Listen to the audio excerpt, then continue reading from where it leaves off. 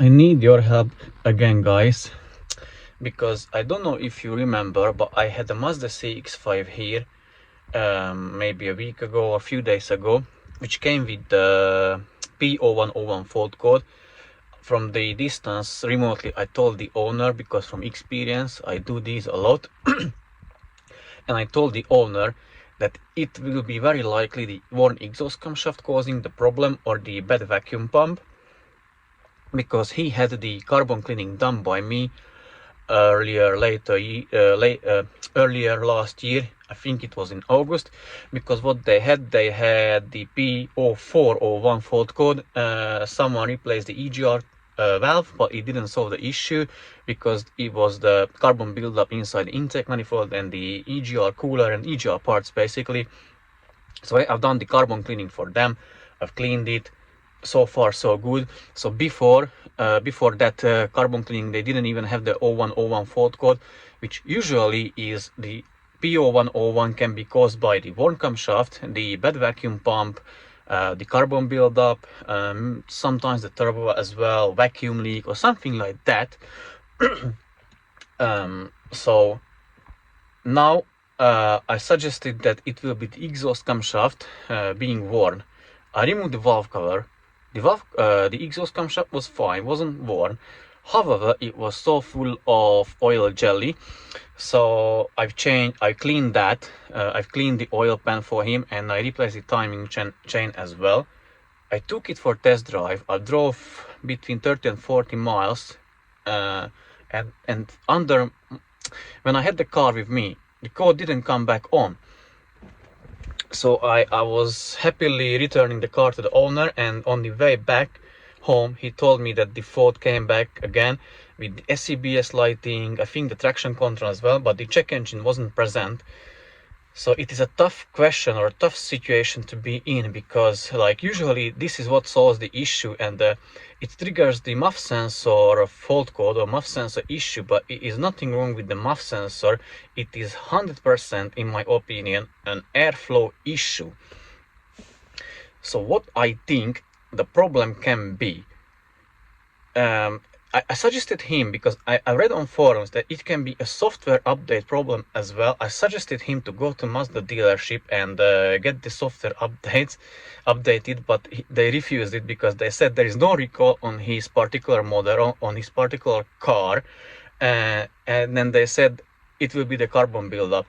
But it was done by me, 100% that is done, and it is done very well, so it is not the issue. So again, either I still think it's the software update issue, and maybe the vacuum pump. But I checked the vacuum pump and it's working fine, absolutely fine. So it is going back quite quickly back to 7.6 kPa. It stays there, so it is working fine. What I didn't do, I didn't leak test it, so I didn't smoke test if he has any air leaks, or if the air can get to the intake system, extra air, unmeasured air after the MUF sensor. But I don't think that is the problem. Also, like, it is happening usually when you're driving at higher speeds and you start to brake, either by the brakes or you lift off your foot from the accelerator, so by the engine brakes. So here is my guess, or what I think the issue will be. I think it will be either the EGR valve, maybe not, because he had it replaced. I guess they replaced it with the brand new one. So maybe the EGR valve, EGR bypass valve, or the intake shutter valve. So what I think is, so when you're driving it at higher speeds, let's say 60, 70, 80 miles an hour, the EGR is open, or not. I'm not saying 100%. Don't know at what degree it is open, but it is open. And when you release your foot off of the throttle or accelerator, or you start braking, it should close to some degree, or maybe fully. I'm not 100% sure on that, but it should close.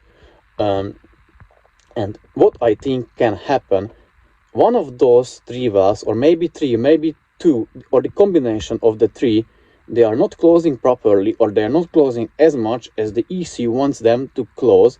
Hence, extra air from the exhaust, like pressurized air, can still stay in the system, and it can get back to the MAF sensor, or can trigger the MAF sensor fault code. So what I think the issue will be in one of those 3 valves, because they are still sticking. However, I'm asking your help. If anybody watching this channel or these videos and know it better, please feel free to comment it down in the comment section, that what do you think the issue will be, or how to solve it, because I really want to get to the bottom of it. And it's a quite interesting case study as well, and it would be like amazing if I could find the solution, like 100%, like how to test it for sure, that what the issue is, and then the remedy of the issue as well. I still think the issue will be in one of those 3 valves, but I can't say it 100% sure. And I'm not the guy who just changes the parts. I don't really like to do that. The owner said maybe the vacuum pump, try the vacuum pump, but I think I don't really want to do that, because vacuum pump is 200 pounds. Okay, then it can be the turbo new one, referred one. They are quite expensive, the labor. So you can easily spend thousands on the car, on the engine, and may not get the issue fixed. So I rather, if I'm close to the answer, or like I know it 100%, then I want to proceed with the jobs or with the works. So yeah, I'm asking for your help again, the help of the community, and I really hope I can get to the bottom of the issue. So yeah, this video was about again, me asking help from you. So yeah, thank you very much for watching, guys, and see you very soon in the very next video. Take care, guys, and bye bye.